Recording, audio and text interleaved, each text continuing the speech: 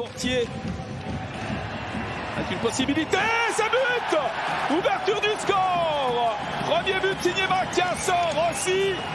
Fribourg-Gotteron qui en profite de cette situation spéciale. On l'a dit, avant-dernière position des joueurs fribourgeois. Et Mathias Rossi qui a eu tout le temps pour marquer son 5e but de la saison dans son face-à-face avec le portier Benjamin Cox. Regardez, défensivement, il n'y était pas du tout. Et Rossi, lui, alors, a pris son temps.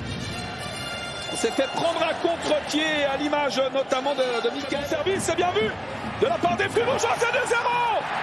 C'est 2-0. Deuxième réussite de cette soirée. Quel beau but marqué par Brodin. Et quelle belle passe. Quelle belle passe de la part des Fribourgeois qui doublent la mise dans ce match. Après le but de Rossi, c'est Brodin qui peut inscrire cette deuxième réussite. Festival offensif pour le moment de la part des Fribourgeois et belle conclusion de la part de Brodin également.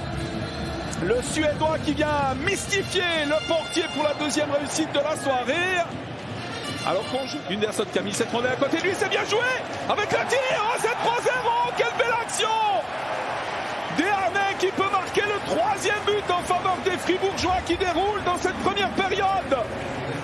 Une action à montrer aux écoles de hockey. Alors vous me direz, la défense n'y était pas encore une fois, mais David Desharnais a magnifiquement conclu cette action. Regardez le travail. Il vient ajuster le but du portier Kons avec beaucoup de sérénité. On départ de cette action. Gunderson et puis finalement c'est un festival de tirs. On est en train d'exploser la statistique des tirs avec D'Agostini qui a fait son tour, qui va affronter Berra, qui marque, qui vient de faire son retour au jeu et il vient surprendre la défense fribourgeoise. Alors ça, on n'avait pas prévu côté fribourgeois et défensivement on a tout donné au niveau des défenseurs dans la phase offensive en oubliant le retour de D'Agostini qui vient marquer, réduire la marque pour son équipe à 6 minutes de la fin de cette première période. Il y a des buts, c'est une belle soirée de hockey avec cette occasion devant la cage. Et attention de l'autre côté, D'Agostini tout seul.